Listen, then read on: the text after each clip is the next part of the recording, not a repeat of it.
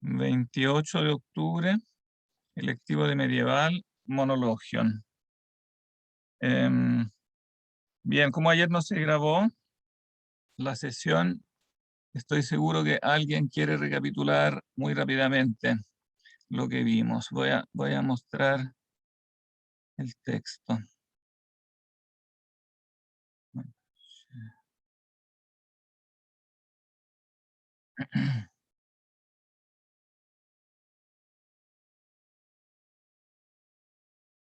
Solamente como los titulares, digamos.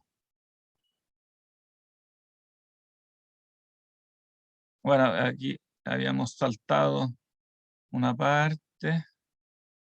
Habíamos leído los capítulos hasta el 15, no del 11 al 15. ¿Cuáles eran los conceptos principales? Bueno, primero recapitulamos de la vez anterior, cómo hay que entender que el principio supremo lo ha hecho todo de la nada, ¿no? Que la nada es el no algo, es el ente virtual, el ente pensado. Después,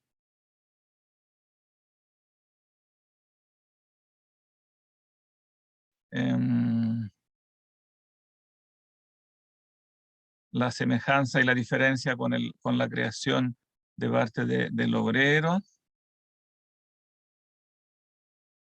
Que esta comparación no es exacta, ¿no? Porque el obrero no puede no puede crear de la nada, ¿no? Porque no es el mismo como el prototipo, el modelo de la creación, el ser del cual las cosas participan.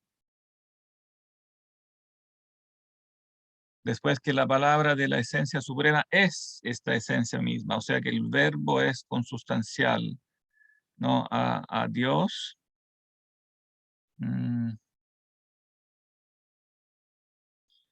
Como todas las cosas han sido hechas por la esencia suprema, así también viven por ella, que la creación entonces no es un proceso puntual en el tiempo, no es cronológicamente determinado, sino que es un proceso ontológicamente continuo, o sea que continuamente el ser es participado y en eso consiste la creación. No es simplemente un proceso que le da inicio a la creación, sino que le da el ser, ¿no? Que pone las cosas en el ser de un modo total, es la causalidad total. Por lo mismo, la esencia creadora está en todo y por todas partes, y todo es de ella, por ella y en ella, o sea, la triple causalidad, ¿no? Es la causa eficiente, ¿no? La causa formal y la causa final. Eh, ¿Qué cosa es lo que se puede afirmar o no de ella sustancialmente? Eso alguien podría resumirlo. ¿Qué características tienen los atributos que se predican de la sustancia suprema?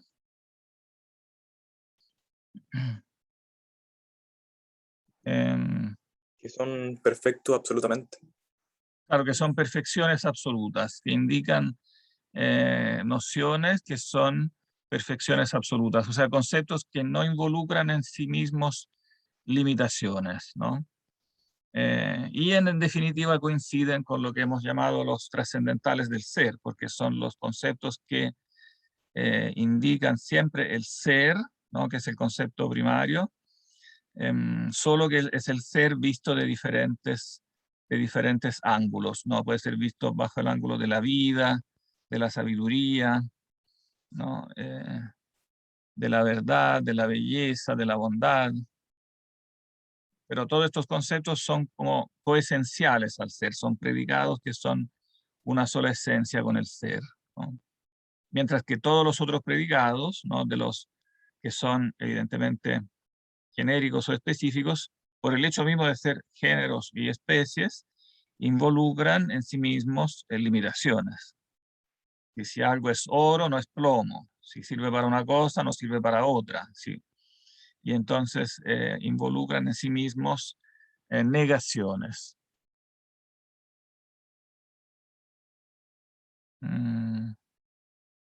Y finalmente vimos capítulo 16 y siguientes, varios capítulos siguientes, ¿Cuál es el último concepto?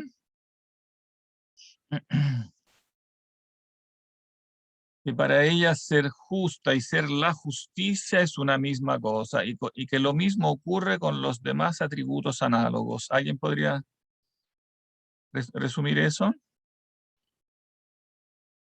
Que para ella ser justa y ser la justicia es una misma cosa.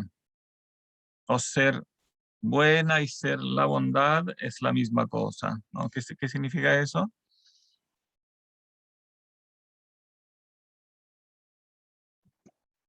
Que los atributos que Dios es no los posee, por así decirlo, no les viene de otros, sino que son en Él, por así decirlo. Claro, son él mismo, no los tiene, sino que es esos mismos atributos, ¿no?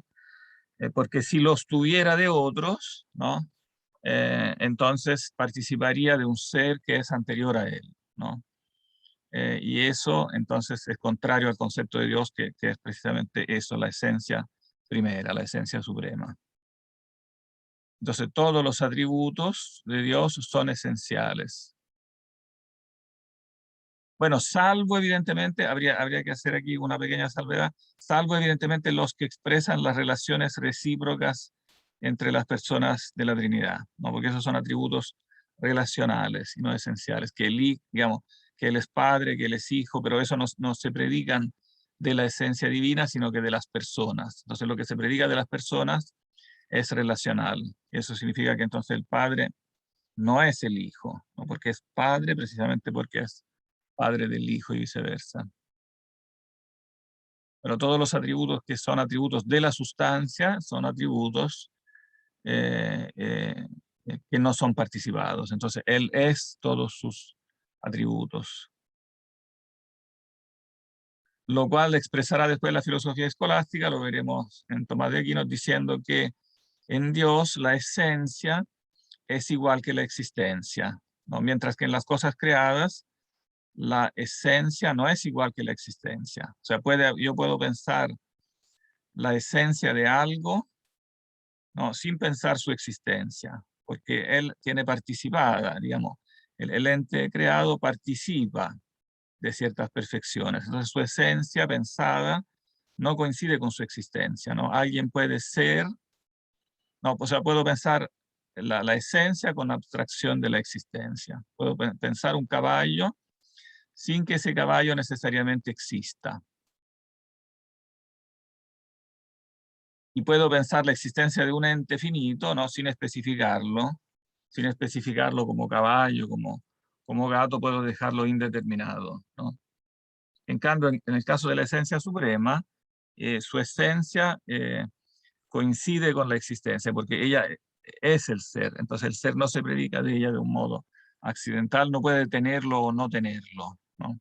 Y por lo tanto debe necesariamente también existir. O sea, de ahí sobre eso después Anselmo basará la siguiente prueba, que será la más famosa, o al menos la más famosamente atribuida a su figura, la prueba ontológica, o sea, que de la propia definición de Dios, de la propia idea de Dios, se demuestra su existencia. Precisamente por eso, porque su esencia incluye la existencia misma.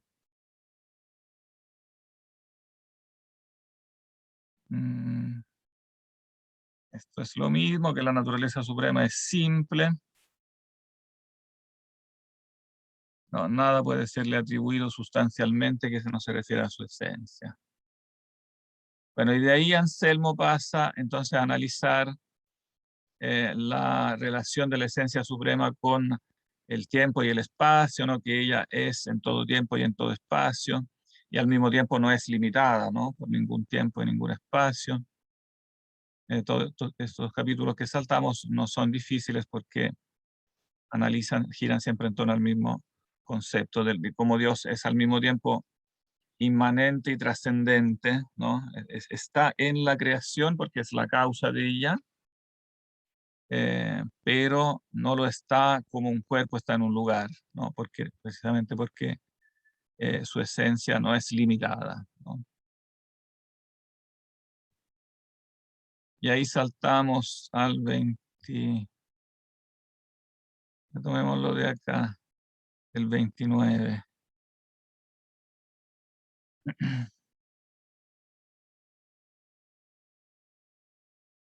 No, el 29 ya lo leímos, si no me equivoco. ¿Alguien puede resumir el 29? Que la palabra de este espíritu, o sea, siempre de la esencia suprema, no es otra cosa más que el mismo, y que le es consustancial, y que ambos no constituyen dos espíritus, sino uno. Que lo había ya mencionado antes, pero ahora retoma eso un poquito más en detalle.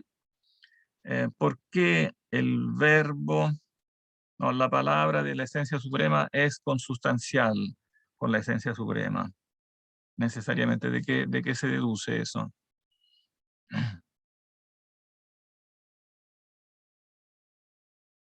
Que es, recordemos lo que es una verdad de la fe, ¿no? Que ya el Concilio de Nicea había establecido como un dogma sobre base bíblica, pero el trabajo aquí en el ámbito filosófico es ver cómo eso también es racional, ¿no? Cómo se puede demostrar también racionalmente que el verbo es consustancial al Padre, ¿no? ¿Por qué es consustancial?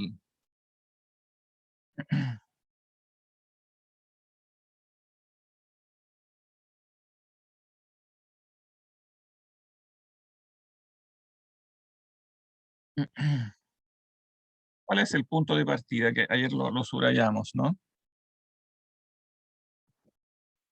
No sé si se refiere con el punto de partida a esta idea de que solamente puede existir Dios y su creación y nada más. Claro, exacto. Lo primero es como la partición ontológica básica que se deduce de todo lo que dijimos anteriormente, ¿no? O sea, que hay un ser que es causado y un ser que es causa. Un ser que es por sí y un ser que es por otro. De esto se deduce entonces que digamos que no puede haber otra esencia, digamos que Dios no puede emanar como la esencia del verbo, como si fuera por el cual crea todas las cosas, ¿no? Como si fuera una esencia inferior a Él, ¿no? Porque lo que emana de Dios, digamos, lo que viene de Dios o es criatura. Ahora, el verbo no puede ser criatura porque el verbo es aquel pensamiento por el cual las cosas son creadas, ¿no? Porque para ser siempre aquí bajo el otro supuesto que ha sido demostrado que las cosas no son concebibles si no son primero pensadas, ¿no? O sea, no es posible pensar que se hagan las cosas sin que primero sean pensadas. Entonces se necesita este pensamiento.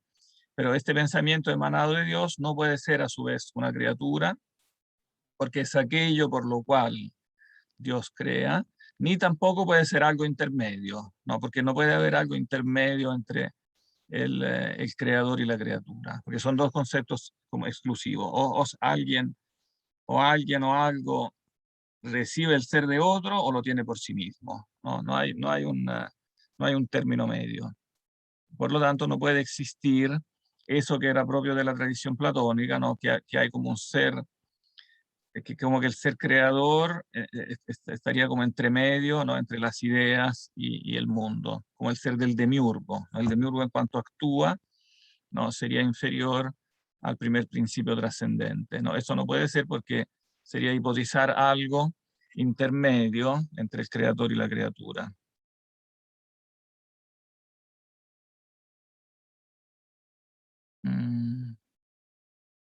Bien.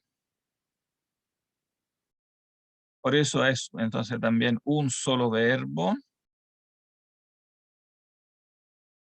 Leamos entonces el 31. Ahí habíamos quedado. Profe, ¿Sí?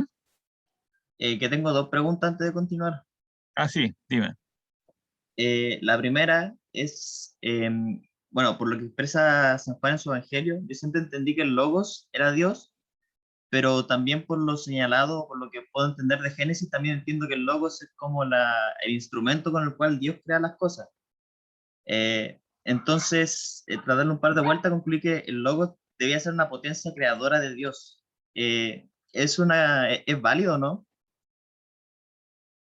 Una potencia creadora de Dios. O sea, es Dios visto, si por potencia entiendes, claro, que es el mismo Dios, pero visto en esta, claro, en esta potencialidad que tiene de crear. Claro, Es Dios en cuanto creador, ¿no? Ah, Claro, ya. se desdobla en cuanto que hay una dual, o sea, en la misma noción del conocimiento hay una objetividad y por tanto hay como, o sea, está Dios en cuanto sujeto que conoce y también Dios mismo en cuanto objeto conocido. Él se conoce a sí mismo, ¿no? Y en esta, digamos, y en este autoconocimiento él genera el verbo. Esto es la generación del verbo. O sea, al autoconocerse genera el verbo, ¿no? Pero este verbo no es otra esencia con respecto a él, ¿no? O sea, lo que genera es un espejo, en definitiva, del mismo. Es su propia esencia conocida. Y claro, a través de su propio autoconocimiento, él conoce, como lo explica bien ahí Tomás de Aquino en ese texto que leímos de la Suma Teológica, cuestión 15, ¿no? Él se conoce a sí mismo tal como es y también tal como es imitable, como es imitable por las criaturas. Entonces, cuando crea, pero teniendo como modelo su propio ser perfecto. Entonces, las criaturas son imitaciones de su ser y participan entonces de modo limitado de su ser. ¿No? De modo que, claro, el verbo se puede decir sí que es un instrumento, que es aquello por lo cual Dios crea, pero siempre y cuando se entienda que este instrumento no es más que la esencia misma, ¿no? de Dios en cuanto pensada, en cuanto inteligible. Ya, profe, gracias. Mm. Y la otra pregunta es que aún no me queda claro cómo se crea la materia, pero en el sentido de cómo pasa la materia de ser una concepción virtual de la mente divina a ser algo tangible. ¿Cómo? O sea, no sé si entiendo bien la pregunta. ¿Cómo es posible eso? O sea, ¿cómo es posible que la materia pase del no ser al ser? Más que cómo es posible, es cómo ocurre.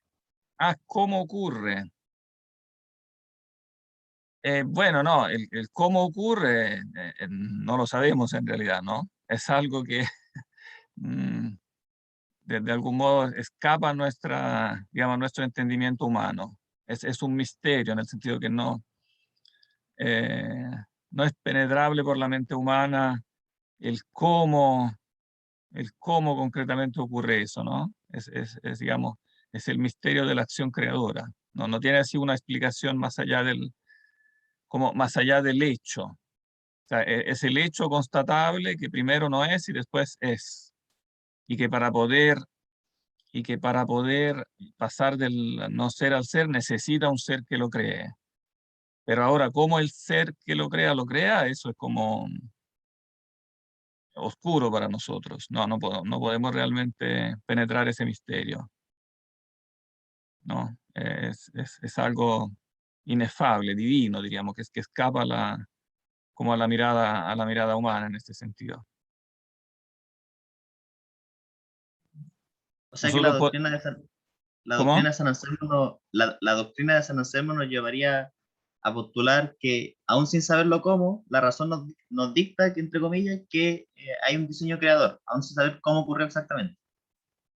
Claro, exacto, sí, sí, sí. Sí, es claro, nosotros estamos frente a ciertos resultados, ¿no? O sea, a los entes empíricos que experimentamos con los sentidos, digamos, claro, de estos entes que experimentamos y podemos reflexionar sobre eso y llegar a ciertas deducciones sobre eso. Claro, por ejemplo, que si hay un universo ordenado, tiene que haber alguien que lo ordena. Que si hay algo, digamos que si hay algo en el ser que antes no era, alguien tiene que haberlo causado, ¿no? Pero ahora, ¿cómo lo causa? Claro, eso no, digamos, eso realmente escapa a nuestra comprensión, ¿no? Porque en el fondo ese es el misterio de Dios mismo, que nosotros podemos saber que existe Dios, pero no verlo así como ¿no? Como en su esencia de un modo directo. Podemos hacer ciertas afirmaciones acerca de su esencia, de su existencia, pero no tenemos como una percepción directa de su ser. Entonces, tampoco podemos captar directamente, tendríamos que ver directamente como en su esencia ¿no? Percibirla de un modo directo para poder penetrar este misterio como de la creación, de cómo se origina el ser, ¿no? También el ser finito.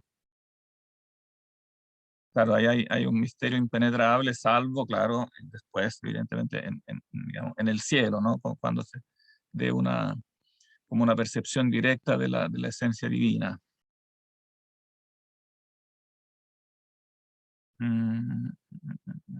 Bien. Leamos este 31 entonces.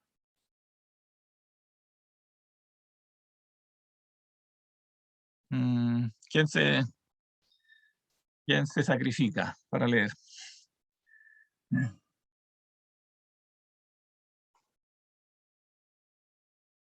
Yo puedo leer. ¿Lo puedo leer? Bien, Bastián. Ya. Que este verbo no es una semejanza de las cosas creadas, sino la verdad de la esencia, y que las cosas creadas son una cierta imitación de la verdad, y que naturalezas son más y mejores que otras. Pero surge aquí una cuestión que ni es fácil de tratar ni posible de dejar en la duda, porque todas las palabras de esta especie, por las cuales hablamos todas las cosas en nuestro espíritu, es decir, las pensamos, presentan las semejanzas e imágenes de las cosas que hablamos por ellas, y todas semejanzas o imágenes es tanto más o menos verdadera cuanto que imita más o menos el objeto de que es imagen. ¿Qué debemos entonces creer del verbo por el cual todas las cosas son habladas o hechas? ¿Será o no será la semejanza de las cosas hechas por él? Si él mismo, en efecto, es la verdadera y perfecta semejanza de las cosas variables, no es consubstancial a la suprema inmutabilidad, lo que no se puede admitir, si no es la semejanza perfecta, sino por lo menos una semejanza cualquiera de las cosas variables. No puede ser tampoco el verbo absolutamente verdadero de la verdad suprema, lo que es absurdo, sí. Por otra parte, no tiene semejanza alguna con las cosas variables. ¿Cómo han sido hechas a su imagen? Quizás disipemos toda la oscuridad sobre este tema si hacemos notar que, en un hombre vivo, la verdad del hombre está en él enteramente, pero en un retrato no hay más que la semejanza o imagen de esta verdad. Igualmente, la existencia real está en el verbo, cuya esencia es de tal modo superior, que el ser le pertenece en cierto modo a él solo, pero en las cosas que, comparadas con él, no existen, por decirlo así, y que, sin embargo, han sido hechas por él, según él, debe venirse una especie de imitación de la esencia suprema. Así pues, el verbo de la verdad suprema, que es el mismo la suprema verdad,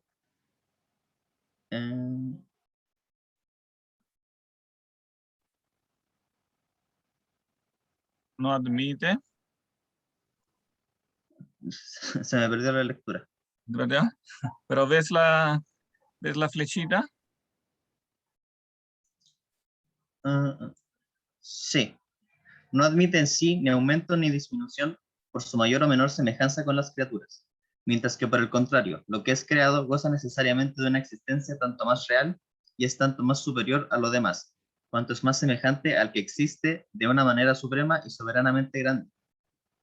De ahí que por eso quizás, y aun con toda certeza, toda inteligencia juzga que las naturalezas que en cualquier grado tienen vida son superiores a las que no viven, las que sienten a las que no sienten, y las que razonan a las que no razonan. Porque puesto que la naturaleza suprema, en el modo de existencia que le es propia, no solamente existe, sino que vive y siente y es razonable, es evidente que, de todo lo que existe, lo que vive de algún modo le es más semejante que lo que no tiene vida. Lo que conoce algo por un sentimiento cualquiera, aún por sensibilidad corporal, le es más semejante que lo que no siente nada. Finalmente, lo que tiene uso de razón es más semejante que lo que está enteramente desprovisto de razón. Es, pues, evidente, por los mismos motivos, que las diversas naturalezas son mayores o menores unas que otras, porque, como una cosa es mayor por su naturaleza cuando su esencia natural la acerca a lo que está por encima de todo, igualmente, y por una razón parecida, una naturaleza es tanto mayor cuanto mayor semejanza tiene con la esencia suprema. Puede demostrarse esta misma verdad de la manera siguiente. Supongamos una sustancia que vive, siente y piensa. Si por el pensamiento le quitamos primero la razón, después el sentimiento, después la vida y, finalmente, hasta la existencia absoluta, desnuda que aún le quedaba, ¿quién no comprende que a esa sustancia se le va destruyendo así poco a poco y llevando de pérdida en pérdida hasta su aniquilamiento total? Ahora bien, esas cualidades cuya supresión sucesiva le han hecho pasar por una existencia decreciente, si, por el contrario, se le añade en sentido inverso, aumentará más y más en ella la intensidad del ser.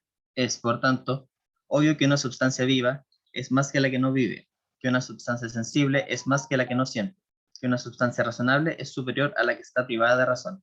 No se puede dudar, por tanto, que toda la esencia es tanto mayor y preferible a las otras cuanto más semejante es a esta esencia suprema, elevada por encima de todo lo demás.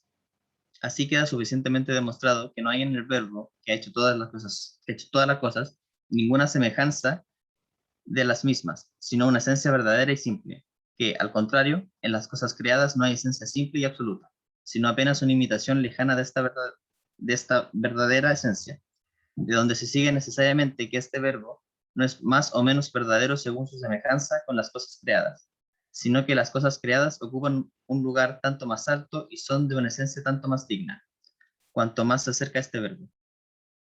Bien. Oh, esto es muy importante, ¿no? ¿Qué dice aquí? En resumen, que la semejanza, entonces hay que entenderla no de un modo recíproco, ¿no? O sea, cuando se dice que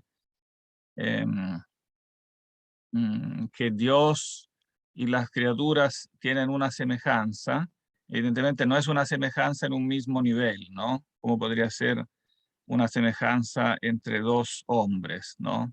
Entre dos hermanos, por ejemplo. O sea, uno es semejante al otro y el otro es semejante a uno, ¿no? Aquí la semejanza es del mayor al menor, ¿no? O sea, Dios hace las cosas a su imagen, a su semejanza, no significa que evidentemente las cosas sean semejantes a Dios en un mismo nivel.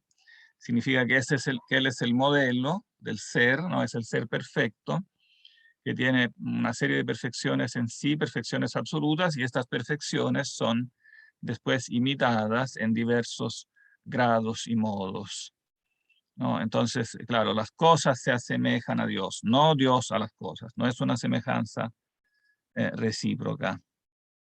O sea, es recíproca como toda semejanza, pero siempre y cuando se entienda que no es en el mismo, no es en el mismo nivel, ¿no? Eso lo explica largamente Agustín en los soliloquios. Esa también es un condensado de ideas de Agustín en los soliloquios, hace un largo análisis en el segundo libro de los soliloquios.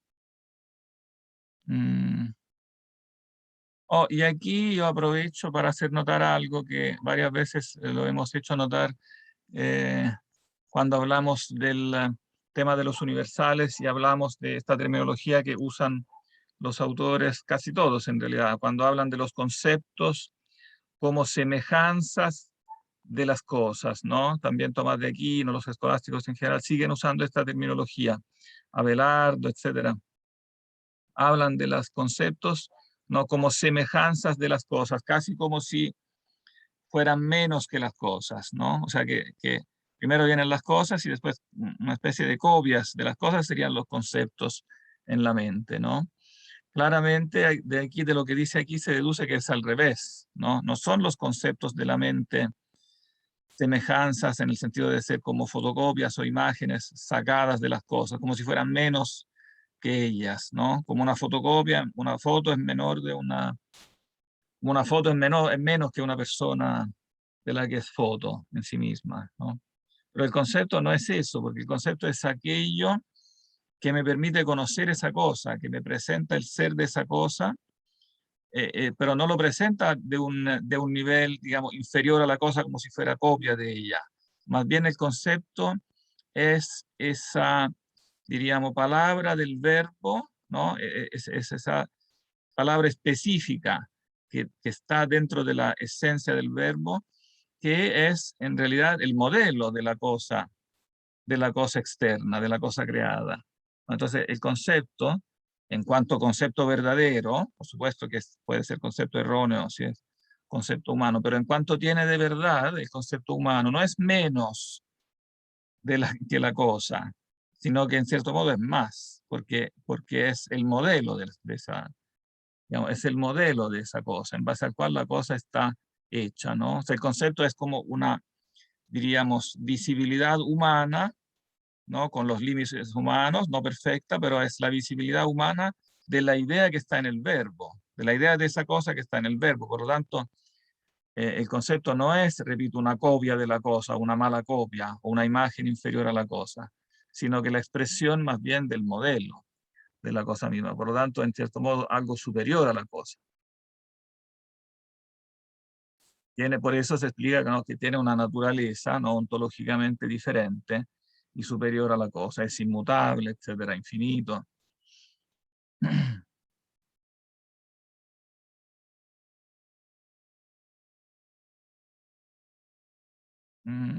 Bien. Entonces, bueno, eso explica por qué, en definitiva, siendo el verbo uno, ¿no?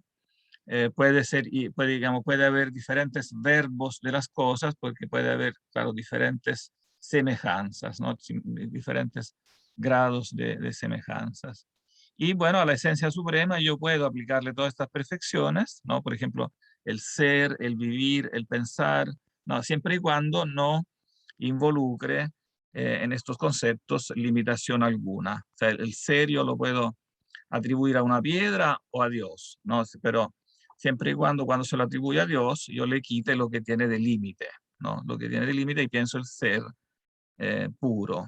Del mismo modo la vida, ¿no? Puedo atribuir a la vida a una planta y a Dios, pero cuando le atribuyo la vida a Dios, esta vida tiene que ser, tiene que abstraerse el concepto de límite que involucra el ente vivo empírico, ¿no? Que nace y muere, etcétera. No se puede decir sí que vive, pero eso no me autoriza a decir que nace y muere, ¿no? Porque debe predicarse la vida, pero con abstracción, ¿no?, del límite que involucran los entes que experimentamos como vivos. Y lo mismo los que sienten, ¿no?, los que piensan, ¿no? Puedo decir de Dios que piensa, por ejemplo, siempre y cuando no involucre en este concepto las limitaciones del razonamiento humano. Por ejemplo, que el razonamiento humano necesita, si tiene que resolver una ecuación, necesita tiempo, ¿no? Entonces, porque razonar significa pasar de un concepto a otro. El pensar divino no necesita pasar de un concepto a otro porque todo lo ve contemporáneamente, ¿no? No se piensa, razona, pero siempre y cuando, repito, le quite al concepto de pensar toda limitación que es propia del ente finito, de la inteligencia finita. Mm.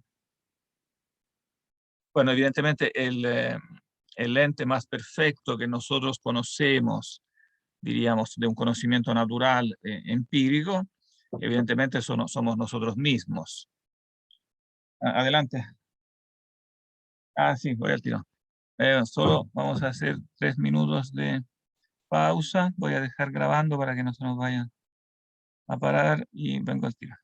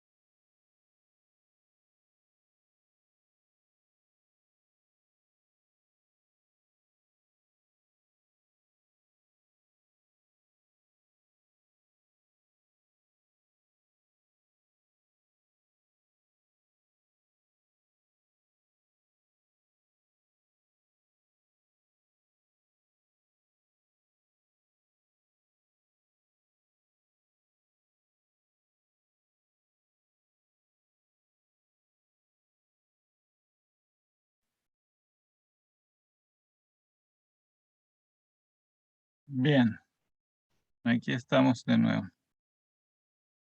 Estábamos diciendo, sí, que entonces esto es importante también que evidentemente entre los entes empíricos que estamos grabando, ¿cierto? Sí. Que entre los entes empíricos que nosotros podemos conocer y digamos, sobre los cuales sacamos deducciones acerca de la esencia suprema, evidentemente el más perfecto somos nosotros mismos. De manera que, digamos, podemos aplicarle a Dios, evidentemente, las perfecciones que tenemos nosotros mismos, siempre con la condición, con la misma condición, ¿no? Que no involucremos en estos conceptos los límites propios de la humanidad, ¿no?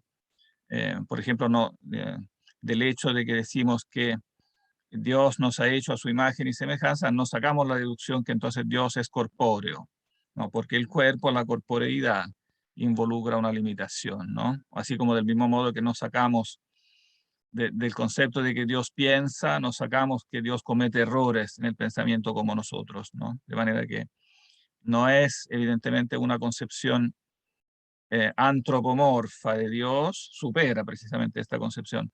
La concepción antropomorfa precisamente en eso, ¿no? Que le aplica, claro, a Dios todas nuestras perfecciones y entonces, claro, se rescata ese concepto que hay una semejanza especial entre Dios y el hombre porque el hombre es lo más perfecto que nosotros conocemos, ¿no?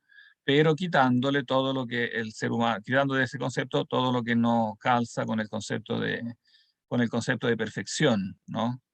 Cosa que no hacía, por ejemplo, el antiguo mito pagano, ¿no? Que le atribuía, por ejemplo, a los dioses, y que es lo que critica Platón, ¿no? Que atribuía a los dioses todas las imperfecciones, las pasiones, etcétera, todos los defectos de la naturaleza humana, ¿no? Oh, y aquí sí, otra nota sobre esto mismo. Entonces, es importante entender esto, porque algunos refutadores de esta argumentación sobre la esencia divina dicen, bueno, pero eso es simplemente porque es arbitrario, es solo que el hombre como que proyecta su propia naturaleza y por lo tanto se imagina que Dios es como parecido a como Él es. Pero eso no es como una simple ingenuidad o una arbitrariedad, sino que está basado en un razonamiento lógico, ¿no? Si Dios es mi creador, es lógico que tenga que tener, ¿no? Todas las perfecciones que yo tengo, no puede ser menos que yo, ¿no? Entonces tengo que imaginármelo, concebirlo como un ser personal, o sea, que tiene las características, las perfecciones de una persona, amor, ¿no? Inteligencia, además de la vida, de la existencia, tiene que tener todas las perfecciones que yo conozco en mí, no puede tener menos, no sería ilógico pensar eso.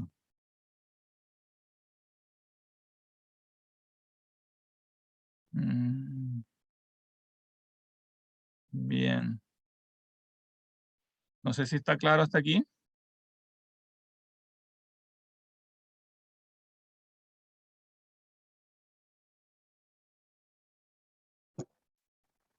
Sí, yo creo que sí. ¿Sí? Bien. Y leamos todavía un poquito más de esa sección, faltarían un par de capítulos, vamos a alcanzar a leer. Sigamos con el 32. ¿Quiere seguir? No, ¿a quién le toca? Había leído Bastián, podría leer, eh, por ejemplo, Andrés, ¿Desde dónde? capítulo 32. Que el soberano espíritu se habla a sí mismo por un verbo que le es coeterno. Pero, puesto que es así, ¿cómo puede el verbo, que es la verdad una y simple, ser el verbo de las cosas que no tienen semejanza? Cuando todo verbo por el cual todas y cada una de las cosas son habladas en el alma es la semejanza de estas mismas cosas. Y si no es el verbo de las cosas que él ha hecho, ¿cómo será él el verbo? Porque todo verbo es necesariamente el verbo de algo. Y en una palabra, si no hubiese criaturas, no habría verbo que las hablase. Habrá que concluir entonces que si no hubiese nada creado, este verbo, que es la esencia suprema y que no debe su ser más que a él solo, no existiría. O se dirá entonces quizás que esta esencia eterna, que es el verbo, sería así una. y sigue abajo. Sería así una esencia eterna. Ahí se ve. No, yo sigo viendo esa parte que leí. ¿Sigue viendo lo anterior? Sí, A ver. Se dirá entonces quizás que esta esencia eterna, que es el verbo, sería sí una esencia eterna, pero no sería verbo. ¿No alcanzas a ver? no, Ah, se te quedó pegado. sí, parece. Ah, ya. Alguien más tiene que ayudarse, pero el resto Ya, veo. ahora sí, ya se actualizó, Ah, ahora sí. ahora se cargó. Ya, perfecto. Esencia eterna, pero no sería verbo, sino había sido hecho nada por él, porque no puede haber ningún verbo de lo que no ha existido, no existe ni existirá. Pero según este razonamiento, si no hubiese ninguna esencia fuera del Espíritu Supremo, no habría ningún verbo en él. Si no había ningún verbo en él, no hablaría nada en sí mismo. Si no hablara nada en sí mismo, como hablar algo no es en este sentido más que comprender algo, no comprendería nada. Si no comprendería nada, había que concluir que la sabiduría suprema, que no es más que este espíritu, no comprende nada, lo que es absurdo. Y si no comprende nada, ¿cómo será la sabiduría suprema? Y si no hay nada más allá que ella, ¿qué comprenderá? ¿Podría en este caso comprenderse eh, a sí misma? ¿Cómo creer que la sabiduría suprema no se comprende a sí misma cuando el alma racional no solamente puede conocerse, sino también tener la idea de la sabiduría suprema, comprenderse y comprenderla? En efecto, si el alma humana no pudiera tener ninguna memoria ni inteligencia de esta sabiduría o de sí misma, no se distinguiría de las criaturas privadas de razón o de cualquiera otra distinta de ella, por una meditación solitaria, como lo hace mi espíritu en este momento. Así pues, este Espíritu Supremo, como es eterno, se recuerda eternamente a sí mismo y se comprende de la misma manera que un alma racional. ¿Qué digo? Es Él quien se comprende primero, y a su semejanza el alma racional se comprende a su vez de la misma manera. Si se comprende eternamente, se habla eternamente. Si se habla eternamente, su verbo está eternamente con el bien. No, Sea, con él, pues, punto. ya, con él. Bien sea, pues, que se admita que no existe nada más que él, o que no hay otras muchas criaturas, es necesario que su verbo lo sea coeterno. Mm, sí, esto también es muy importante.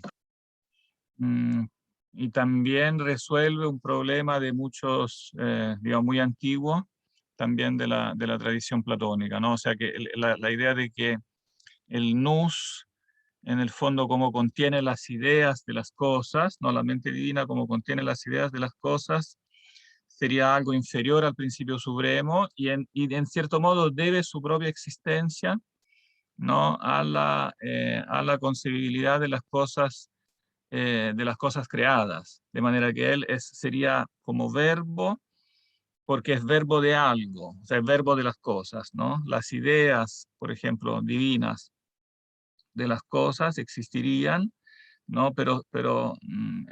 Se puede objetar que su existencia de algún modo es amarrada a la existencia de las cosas creadas, de modo que las cosas creadas serían igual de necesarias que las ideas, ¿no? Pues yo digo que las ideas existen en cuanto son ideas de las cosas, ¿no? Entonces pareciera que solo pueden existir las ideas divinas si existen las cosas, porque si no serían como ideas de nada, ¿no? Pareciera que le pueda pasar eso al verbo, ¿no? ¿Cómo puede el verbo, que es la verdad, una y simple, ser el verbo de las cosas, ¿no? Cuando todo verbo por el cual todas y cada una de las cosas son habladas es la semejanza de estas mismas cosas, ¿no? O sea, pareciera que la esencia misma del verbo depende de la existencia de las cosas y que entonces si no hubiese nada creado, ¿no? Este verbo no existiría. Y si no existiera el verbo, entonces tampoco Dios conocería nada, ¿no? Entonces el verbo no sería una característica de Dios en sí mismo, sino que de algún modo dependería de la creación. Y eso evidentemente es contradictorio, digamos, que la criatura dependa del creador, ¿no? Perdón, que el creador dependa de la criatura, al revés. Entonces, lo que quiere mostrar él es que no, es que él es verbo por sí mismo, O sea, es primariamente un conocimiento que Dios tiene de él mismo. Y solo secundariamente, a través de ese conocimiento que Dios tiene de él mismo, también es un verbo de las cosas, ¿no?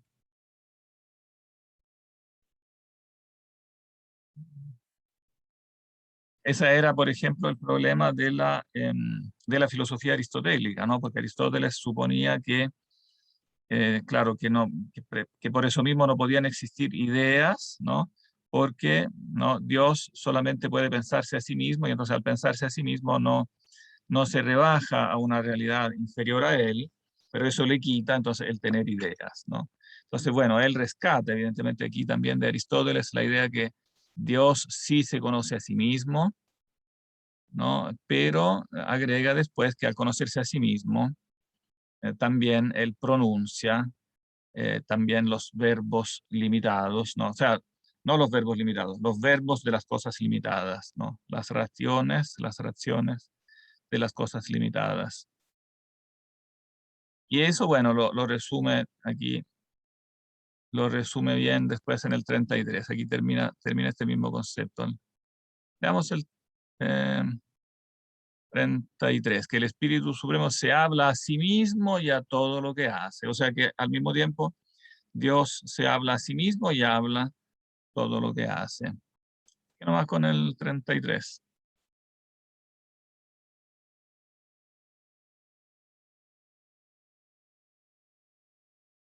Andrés, ¿quiere seguir? Ya. Em, Al meditar sobre el verbo por el cual el Espíritu Creador habla todo lo que hace, he encontrado al verbo por el cual se habla a sí mismo, el que lo ha hecho todo.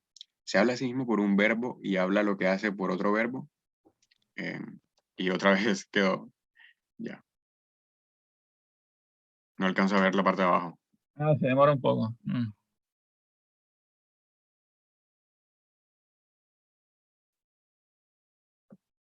Ahí sí. No, aún no. Demora. Ya, ahora sí. Ahora sí. O más bien es por sí mismo que se habla y por el que habla todo lo que crea. Este verbo, en efecto, por el que se habla es necesariamente lo que él mismo es, como ya lo hemos demostrado del verbo por el cual habla todo lo que crea. Aunque no hubiese nada más que este Espíritu Supremo, la razón nos obligaría a admitir la existencia de este verbo por el cual se habla a sí mismo. ¿Qué hay, pues, más verdadero que decir que este verbo no puede ser otra cosa más que él mismo es? eh, más que lo que él mismo es. Si por consiguiente se habla a sí mismo y a lo que crea por un verbo que le es consubstancial, es evidente que el verbo por el cual se habla y aquel por el cual habla las criaturas son una misma sustancia. Y son una misma sustancia, ¿cómo pueden ser dos verbos? Se dirá quizás que esta identidad no lleva consigo la unidad del verbo, porque aquel que habla por estos verbos participa de su sustancia y sin embargo no es un verbo. En todo caso, sin embargo, el verbo por el cual se habla la sabiduría suprema puede ser llamado con mucha razón su verbo, porque según las razones expuestas anteriormente reproduce su perfecta semejanza. No puede negar de ninguna manera, me perdí, ya. No puede negar de ninguna manera que cuando el alma racional se comprende por el pensamiento, deja en la inteligencia una imagen de sí misma. Mejor dicho, ese mismo pensamiento que es que en su imagen formada a su semejanza y como por la impresión de su forma. Cualquiera que sea, en efecto, la cosa que el alma quiere representarse por el pensamiento, ya con ayuda de la imaginación, ya con la de la razón, pone todos sus esfuerzos en reproducir, a ver, pone todos sus, en reproducir su semejanza en el espíritu. Cuanto más fielmente reproduce esta imagen, más exactamente piensa la cosa. Y esto se ve claramente sobre todo cuando pone su atención sobre algo que no es ella misma y en particular sobre un cuerpo. Porque cuando pienso en un hombre ausente que me es conocido, la actividad de mi espíritu se transforma, en cierto modo, en la imagen que su vista habitual ha dejado en mi memoria. Esta imagen en mi pensamiento es el verbo de este hombre, que yo hablo al pensar en él. El alma racional tiene, pues, con ella, cuando se comprende por el pensamiento, su propia imagen nacida.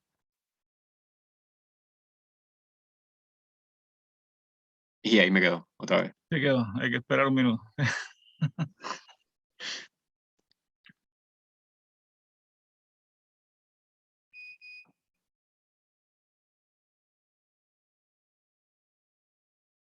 ¿Ahí sí? No, no. Y ahora sí. De sí misma, es decir, un pensamiento que reproduce su semejanza y que está como formada por su propia impresión, aunque no pueda distinguirse si no es por el pensamiento de esta imagen que es su verbo. Según esta exposición, ¿quién negará que la sabiduría suprema, cuando se comprende hablándose, engendra una semejanza consubstancial a sí misma, es decir, su verbo? Aunque sea difícil encontrar palabras precisas y convenientes para expresarse sobre un ser de una superioridad tan particular, no es inexacto, sin embargo, hablando de este verbo y de esta semejanza, el llamarle imagen, figura y forma de la sabiduría suprema. Pero el verbo por el cual ella habla a la criatura no es igualmente el verbo de la criatura, porque no es su semejanza, sino su esencia primera. Síguese, por lo tanto, que el Espíritu Supremo no habla a la criatura por el verbo de la criatura. ¿Por qué verbo, pues, le habla puesto que no es por el verbo de esta criatura misma? Porque lo que él habla, lo habla por un verbo y este verbo es el verbo o la semejanza de algo. Pero si no habla ninguna otra cosa más que a sí mismo o a la criatura, eh, no puede hablar nada más que por su verbo o por el de la criatura. Por tanto, si no habla nada por el verbo de la criatura, todo lo que dice lo dice por su verbo. Es pues por uno solo y mismo verbo que se habla él mismo y el que habla todo lo que hace. Profe, aquí, eso que usted dijo del nous aristotélico, así como del neoplatonismo, em, aquí lo que él quiere decir es que no es una cosa diferente de Dios, como que es lo mismo, o no Claro, entendí bien. el verbo, no por ser verbo de la criatura, o sea, no por ser verbo con el cual Dios pronuncia a la criatura, ¿no? No por eso es verbo de la criatura, como si fuera algo que proviene de la criatura, ¿no? Ujú, Que es un poco el equívoco que genera esta noción de semejanza, si la tomamos evidentemente como todas estas palabras, si la tomamos demasiado al pie de la letra, como si fuera una semejanza corpórea en un mismo nivel, ¿no? ujú, Si yo digo que el concepto de perro es una semejanza del perro, ¿no? Como que antropomórficamente, o sea, materialísticamente me lo estoy imaginando como si fuera un perrito que tengo en la cabeza, que es una semejanza del perrito que está en el mundo, llamémoslo así, en el mundo externo, ¿no? Si yo tomo el perrito que está en la cabeza, o sea, si yo me imagino el concepto de perro como un perrito que está en la cabeza, que es una imagen del perro real, entonces pareciera que el perrito que está en la cabeza, el concepto sea causado, ¿no? Sea causado por el perro real, sea concepto del perro, o sea, este genitivo sería un genitivo de proveniencia, así como una foto de mí viene de algún modo de mí, o sea, es causada por mí, ¿no? Es causada por la luz que se refleja sobre mí, etcétera, pero digamos, es causada por mí de algún modo, ¿no?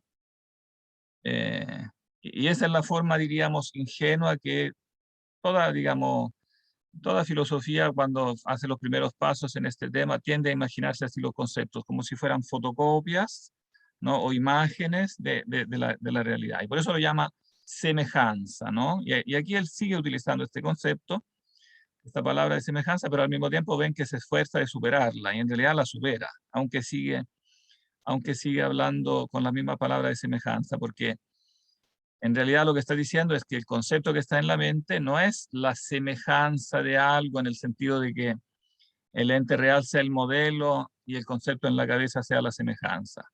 Porque si fuera así, ¿no? Entonces el propio verbo, ¿no? En el cual el concepto está, en el cual está la idea de perro, él dependería de la criatura, ¿no? Y en cambio es al revés. Es el ente real que depende de la idea que está en el verbo, y el concepto que tenemos en la cabeza es una derivación, ¿no? de la idea, ¿no? Es una entidad inteligible que pertenece, diríamos, al rango de las ideas. Las ideas son modelos de las cosas, no copias, ¿no? Es al revés de lo que parece a primera vista. Y con esa inversión también como que hay como un rechazo, entiendo, como al empirismo, ese como que los conceptos se forman como por acumulación de particulares. O sea, como Claro, que lo invierte completamente. lo invierte completamente, claro. O sea, evidentemente que hay como en todos los, digamos, como en todos los errores hay una parte de verdad, ¿no? También es verdad que los conceptos humanos se forman como digamos, con acumulación de experiencia, ¿no? Pero el punto es que, digamos, claro, eh, lo que es causado por la experiencia en nosotros, el dato que viene de la experiencia después va a precisar esta realidad inteligible que es el concepto, que se va delimitando, precisando en base al dato de la experiencia, ¿no? Pero que en sí, en su naturaleza de concepto, de universal, de idea, de ente inteligible, es algo que no viene del ente empírico. Lo que viene es solo su, diríamos, su determinación, su precisión, ¿no? O sea, el hecho de ser distinto de otro. Eso sí viene de la experiencia. O sea, yo saco efectivamente datos de la experiencia que me hacen definir, precisar los conceptos. Pero eso no afecta a la naturaleza del concepto como tal. No, afecta solo a su determinación. La naturaleza ontológica del concepto como tal, ¿no? Del modelo, diríamos, del ser que tenemos en la mente, no es algo que pueda venir del ente empírico, porque en su naturaleza es algo diferente, ¿no? No sé si se entiende, esto no es fácil, ¿eh? Yo trato de explicarlo, pero en sí mismo todas estas palabras que se usan, cada una de ellas es sujeta a equívoco, así que por eso es importante que pregunten si les quedan dudas, ¿eh? Mm. Ejemplo de equívoco que puede surgir. Cuando yo digo que el concepto humano viene de la idea divina, no estoy diciendo que viene de la idea divina en el sentido que efectivamente nosotros contemplamos la idea divina en la mente y así elaboramos el concepto de perro. No, si fuera así, no necesitaríamos la experiencia, evidentemente, ¿no? O sea, yo acabo de decir que nosotros formamos un concepto humano sacando datos efectivamente de la experiencia. Y cometemos muchos errores en este proceso, ¿no? Al formar conceptos. Entonces, eso prueba ya por sí mismo que nosotros no tenemos una visión directa de la idea divina de perro. Si no, no cometeríamos ningún error, no conoceríamos, no necesitaríamos la ciencia empírica, lo conoceríamos todo como por ciencia infusa, ¿no? Pero ¿en qué sentido? ¿En qué sentido sabemos o cómo sabemos entonces que el concepto humano es una derivación o más que una derivación, y diría una visibilización de la idea divina? ¿De dónde sacamos eso? ¿De dónde lo sacamos? ¿Se acuerdan que lo dijimos cuando hablamos de los universales, ¿no? En Profesor, particular ¿qué cuando tal leímos ocupo? la cuestión 84 la cuestión 84, artículo 5 de la Suma Teológica. Profesor, disculpe, ¿qué palabra ocupó? No entendí bien. ¿Qué dijo? Y ¿Cuándo se corrigió a sí el mismo? concepto humano es como una manera limitada de que tengamos en la mente la idea divina, ¿no? Aun cuando la construimos por la ciencia empírica, ¿no? O sea, construimos la ciencia empírica del perro observando los perros. Pero este concepto de perro humano que tenemos en la cabeza también se puede decir que es una manera limitada de tener en la mente la idea divina. ¿Por qué? ¿De dónde se saca eso? Me interesa que se capte eso, que no es algo como mítico, o sea, que nos imaginamos una cosa mítica de las ideas divinas, ¿no? Sino que es algo que se deduce de un preciso razonamiento. No sé si la respuesta sea el tema del intelecto agente, que de cierta manera solo se puede entender que entendamos que hay semejanzas entre particulares teniendo la idea previamente o a priori en la razón. Claro, y esta idea a priori que tenemos en la razón, que es la base de todas, o sea, que estas ideas a priori o primeros principios de la razón, que son las nociones básicas que nosotros usamos después en la ciencia empírica, ¿no? Estas nociones básicas a priori, ¿qué son? En realidad, ¿cuál es su origen?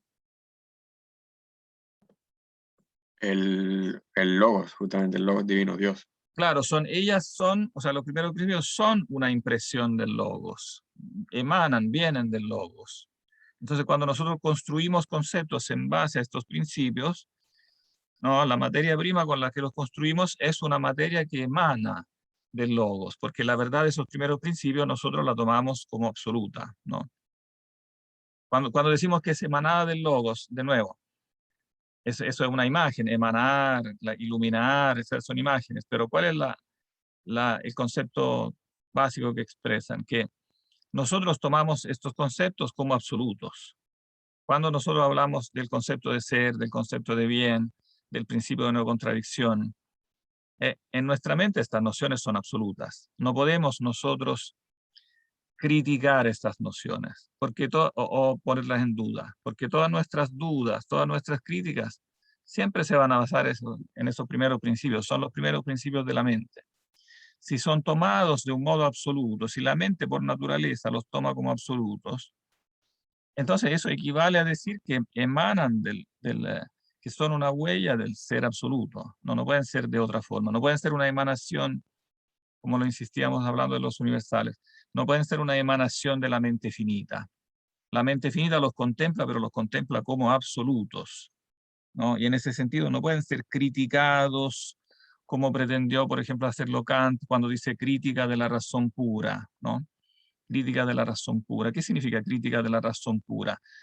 La razón es una aplicación, digamos, a la experiencia de principios puros. O sea, si razón pura significa principios puros, entonces no puede ser criticada. Crítica de la razón pura. Es porque los principios tomados como puros, o sea, a priori, antes de la aplicación a la experiencia, principio de no contradicción, etc. Esos principios puros no pueden ser criticados, porque, repito una vez más, cualquier cosa que digamos para criticarlo, siempre va a estar basada en esos mismos principios. Entonces no pueden ellos ser criticados, es lógicamente imposible, ¿no? Ellos sirven para criticar otras cosas, pero entonces lo que critico ya no es la razón pura. No sé si me explico, la razón que critico es una razón ya compuesta. Pura aquí se entiende no como antónimo de impura. Impura en el sentido de interactuada con la experiencia, interactuando con la experiencia. Por supuesto que yo puedo criticar ideas que interactúan con la experiencia. Entonces puedo criticar tu idea del perro, puedo criticar tu idea de la democracia, puedo criticar tu idea del ser humano. Todas las ideas que son compuestas las puedo criticar porque evidentemente los seres humanos cometemos errores y yo puedo criticar la idea de otro ser humano compuesta, pero no puedo criticar sus primeros principios, porque los primeros principios los tenemos en común, son la base de nuestra razón. Si no tuviéramos en común los primeros principios, sería completamente vano conversar, ¿no? Si lo que yo entiendo por ser, yo no supusiera que cuando yo digo ser, ustedes entienden lo mismo que yo, la conversación no podría partir. Sería absolutamente inútil, imposible, ¿no? Si cuando yo digo bien, yo no supusiera que ustedes tienen el mismo concepto de bien que yo, no podríamos en absoluto conversar, ¿no? Otra cosa es conversar de que si tú piensas que es bueno, que si tú piensas que es buena la pena de muerte o no buena la pena de muerte, que si es buena la democracia o es buena la monarquía, sobre eso podemos conversar, ¿no? Pero no sobre qué entiendes tú por bien. El bien, es una noción simple que todos tenemos, ¿no? Es el punto de partida que no podemos ulteriormente analizar, es un concepto simple.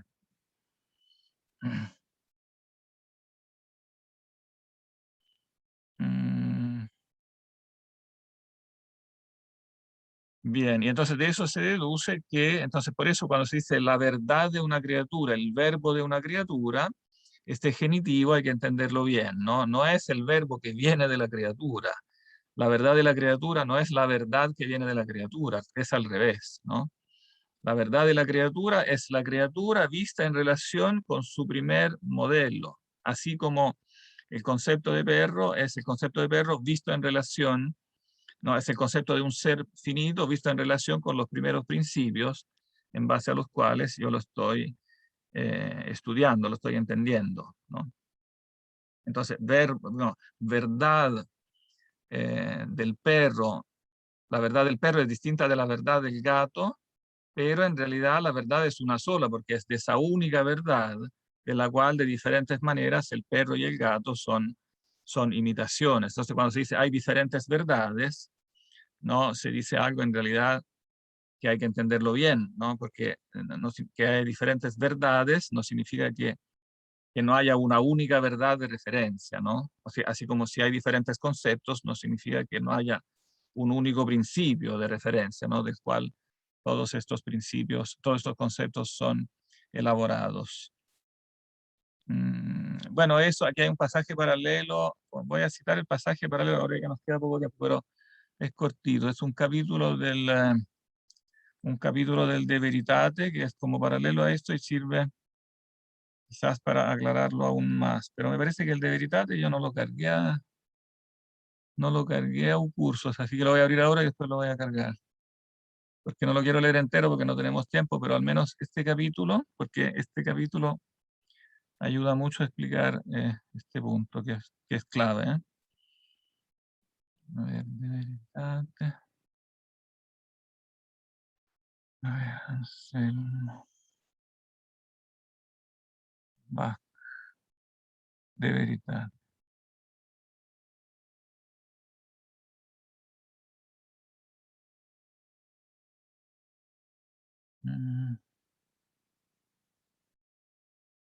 Share.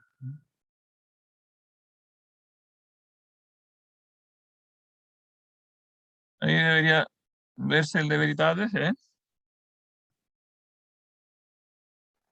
Sí se ve. Perfecto.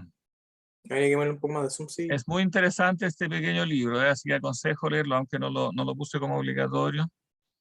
Ayuda mucho leerlo. Ahora vamos a leer un punto clave que explica bien este concepto. Las dos verdades. La verdad de la opinión, la verdad de la voluntad. Es un librito chico, ¿eh? Son pocos capítulos, pero bien interesante.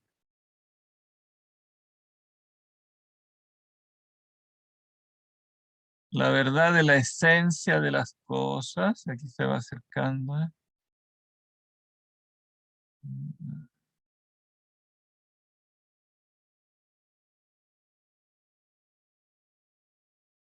Toda acción expresa, aquí, bueno, aquí habla de la verdad de la acción, aquí, de la verdad suprema. Claro, y eso lo escribió, como ven, después del Monologion, ¿no? Porque lo cita, puedes comprender, la verdad suprema no tiene ni principio ni fin, la definición de la verdad, la definición de la justicia.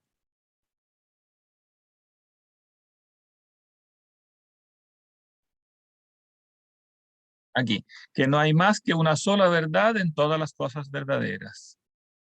Veamos este pedacito aquí para terminar. ¿Quién quiere ser el maestro y quién quiere ser el discípulo? O la maestra o la discípula.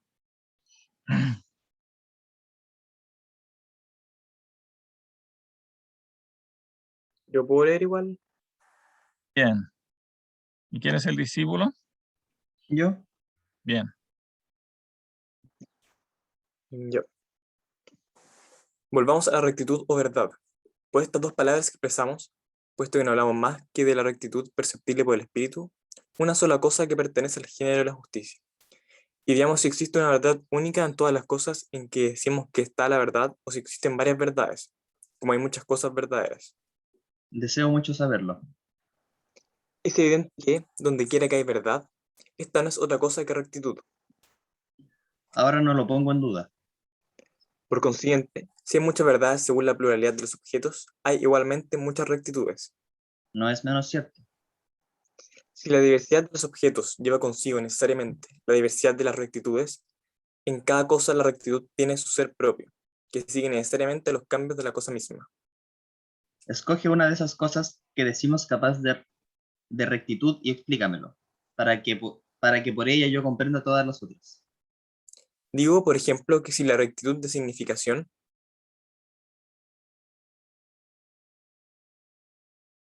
es distinta de la rectitud de la voluntad, porque esta reside en la voluntad y aquí en la significación. La rectitud tiene su ser propio según la significación y cambia con ella. En efecto, cuando se significa ser lo que es y no ser lo que no es, la significación es recta, y es evidente que existe la rectitud, sin la cual la significación no puede ser recta. Pero si se expresa ser alguna cosa que no es, o no ser algo que es, o si no se expresa nada en absoluto, no habrá esa rectitud de significación que no pertenece más que a la significación. Así, la rectitud recibe su ser de la significación y cambia con ella, como el color recibe del cuerpo su existencia y su no existencia. Si existe el cuerpo, el color existe también necesariamente, pero, desapareciendo el cuerpo, imposible también que el color subsista.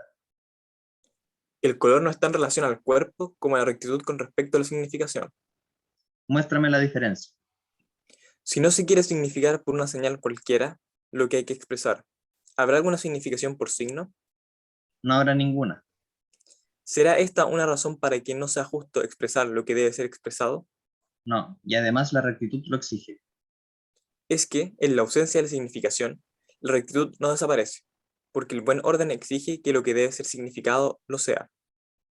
Si ella desapareciese, la significación no sería ni recta ni exigible. ¿Piensas tú que, cuando significa lo que debe ser significado, esta significación trae su rectitud de esta rectitud misma? No veo cómo pensar de otro modo. Si la tuviese de otra rectitud, no sé lo que, en ausencia de su rectitud propia, la impediría ser recta. Pero ninguna significación es recta cuando expresa lo que no se debe expresar o lo que no es exigido por la rectitud. Ninguna significación es, pues, recta más que aquella que permanece aún cuando la significación no es expresada. Es evidente.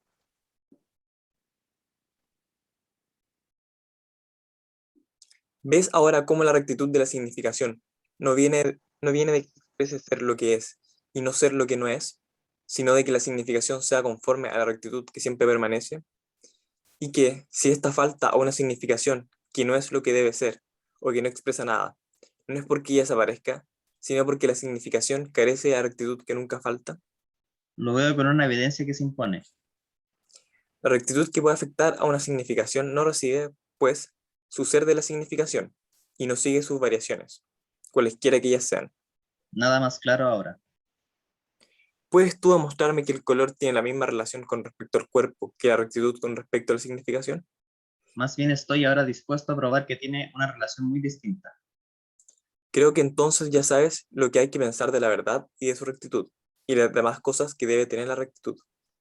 Veo perfectamente que por este mismo razonamiento se demuestra que, cualquiera que sea su manera de ser, la rectitud permanece inmutable. ¿Cuál es, a tu parecer, la consecuencia para estas rectitudes? ¿Son diversas o bien hay una sola y misma rectitud para todo? Ya he dicho antes que, si hubiera varias rectitudes a razón de la pluralidad de los objetos de la rectitud, era menester que estas rectitudes tuviesen una existencia propia capaz de seguir las variaciones de los objetos mismos, lo cual, como hemos probado, es imposible. Por lo cual la pluralidad de las rectitudes no acompaña la pluralidad de los objetos correspondientes. ¿No tienes, fuera de esta pluralidad de objetos, otras razones que te hagan concluir en la pluralidad de la rectitud? Desde que comprendo que esta es falsa, no veo otra. Entonces para ti no hay más que una sola y misma rectitud. Tengo que confesarlo necesariamente. Aún más, si la rectitud no está en estas cosas que deben tener la rectitud más que cuando ellas son lo que deben ser, y solamente por esto, es claro que no hay para todas ellas más que una sola y misma rectitud. Es innegable. Por consiguiente, no hay en ellas más que una sola verdad. Es otra cosa muy cierta. Sin embargo, dime por qué hablamos de la verdad de tal o tal cosa, como para distinguir diversas verdades. Si la verdad no recibe diferenciación de la pluralidad de las cosas, porque muchos no conceden, más que con dificultad, que no haya ninguna diferencia entre la verdad de la voluntad y la que se llama verdad de acción por las otras. Solamente de un modo impropio se habla de la verdad de tal o tal cosa, puesto que ella no tiene su ser ni en estas cosas, ni por ellas, ni de ellas. Pero cuando las cosas se conforman con ella, que está presente en todo lo que es, como debe ser, se habla entonces de la verdad de tal o tal cosa, como la verdad de la palabra, de la acción o de la voluntad. Se habla igualmente del tiempo de tal o tal cosa, cuando no hay más que un solo y único tiempo para todo lo que existe simultáneamente en este mismo tiempo. Aunque tal o tal cosa no existiese, no por eso este tiempo dejaría de existir. Por consiguiente, si se habla del tiempo de tal o tal cosa, no es porque el tiempo esté en las cosas, sino porque son ellas las que están en el tiempo. Y como el tiempo, considerado en sí mismo, no es el tiempo de tal o tal cosa, sino que hablamos del tiempo de tal o tal cosa cuando consideramos las cosas que existen en él, de igual modo la verdad soberana subsistente por sí misma no pertenece a ninguna cosa. Pero cuando se la pone en relación con alguna cosa, entonces se habla de la verdad o de la rectitud de esa cosa. Sí, entonces yo creo que aquí explica muy claramente este punto, ¿no? La rectitud, bueno, él define la verdad como rectitud, la rectitud perceptible por la mente, ¿no? Y entonces, ¿cuál es el punto aquí clave? Que cuando hablamos de la verdad de tal o tal cosa, no significa que ella tenga su ser propio en estas cosas. La verdad del perro no es como el color del perro, no es como algo que está en el perro y que por lo tanto sigue como las variaciones del perro. Por ejemplo, si el perro se pone viejo, entonces se pondrá de pelo blanco. O un hombre que se pone viejo, etcétera. O sea, lo que es, lo que se predica de algo como parte de algo, como accidente de algo, necesariamente va a seguir como las vicisitudes de ese ente real, ¿no? Pero la verdad no se predica de algo como un ente real que está en otro ente, ¿no? O, diciéndolo bajo la terminología de los universales, no, la especie, el género, cualquier predicado que le damos, no se predica. El predicado como tal no está en la cosa como un accidente de la cosa, ¿no? Es más bien es algo al cual la cosa se conforma, ¿no? Cuando yo digo que Fido es un perro, ¿no? Entonces estoy comparando a Fido como con el modelo de perro que tengo en la cabeza. Y si Fido cambia, no cambia el modelo de perro. Digo que Fido cambió, pero no cambió, digamos, el modelo del perro. Él es aquello del cual el perro viene, no es algo no posterior al perro, sino al revés, algo anterior. Por eso dice de un modo impropio, se habla de verdades en plural, no la verdad del perro, la verdad del gato, porque en realidad, no, digamos, el parámetro en base al cual está hecho el perro es solamente una especificación de un único parámetro, ¿no? Que es la esencia suprema de la cual todo está imitado, ¿no? Que es el modelo real, ¿no? O sea, claro, hay un modelo ideal, ente virtual, que es modelo del perro, modelo del gato, pero en realidad no hay un ente real que es modelo del perro. El único ente real modelo de todo es el único ente del cual todo está imitado, ¿no? Entonces, por eso, ¿no? Se habla, claro, impropiamente de muchas verdades, o podríamos decir, se habla impropiamente de muchos conceptos, ¿no? Cuando en realidad el único concepto, digamos, en sentido estricto, es el concepto de ser, y todo el resto de los conceptos no son más como que especificaciones o delimitaciones de ese mismo concepto, el ser perro, el ser gato, etcétera. En cuanto a su raíz ontológica, no son diferentes entidades, es un único, digamos, una única entidad ideal, ¿no? Que después se especifica y se delimita para ir a especificar en la relación de los entes, digamos, con los entes finitos, ¿no? Pero ellos son múltiples en cuanto a entes finitos, mientras que los universales en realidad son múltiples solo virtualmente, no son entes reales múltiples, ¿no? Hay una única entidad, digamos, ontológicamente, que es la idea primaria, y después virtualmente ella se va como especificando, pluralizando, pero repito, es una pluralidad no meramente virtual, no real, no se multiplican los entes reales. Una ultimísima nota al pie de página aquí, esta relación que hace con el tiempo, hay que corregirla después de Einstein, ¿no? Porque aquí él está como suponiendo, como es, claro, como era la física clásica, digamos, hasta Newton, que el tiempo y el espacio sea como algo de algún modo que se piensa como absoluto, ¿no? En el cual las cosas están, ¿no? Las cosas están en el espacio, las cosas están en el tiempo, y evidentemente ahora sabemos que no es así, ¿no? Claro, se habla del tiempo de tal o cual cosa, que es diferente a la verdad de tal o cual cosa, porque la verdad sigue siendo absoluta, ¿no? En cambio, el tiempo sabemos que no lo es, ¿no? Que efectivamente es el tiempo de tal o cual cosa, porque el tiempo no es algo absoluto, ¿no?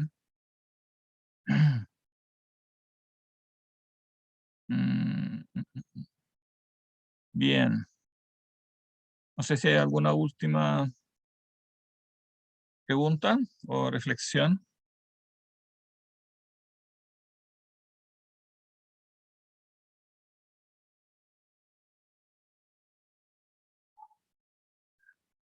¿No? Bien. Por el momento vamos a entonces dejar concluido el monologion, porque la parte que se refiere a la existencia de Dios la concluimos. Después hay otras cosas. No, falta una parte que... No, faltan unos capítulos más adelante que son sobre precisamente la imagen sobre la mente, que es un tema que hay que... Vamos a seguir entonces un poquito más con el monologion, y después sería ideal que empezaran ya a leer el proslogion y los dos libritos anexos, el Pro Incipiente y el Contra Gaunilonem. Entonces con eso después vamos a seguir la próxima semana. Bien. Que esté muy bien entonces. Un gusto. Profe, ¿se queda? Por Profe, favor. gracias. Chao, profe, que Que esté bien. Ya. Bien. ¿me puede Espera que dejar de grabar? voy a parar la grabación, ¿o ya la paré? No, No, todavía no. voy a pararla. Ahí.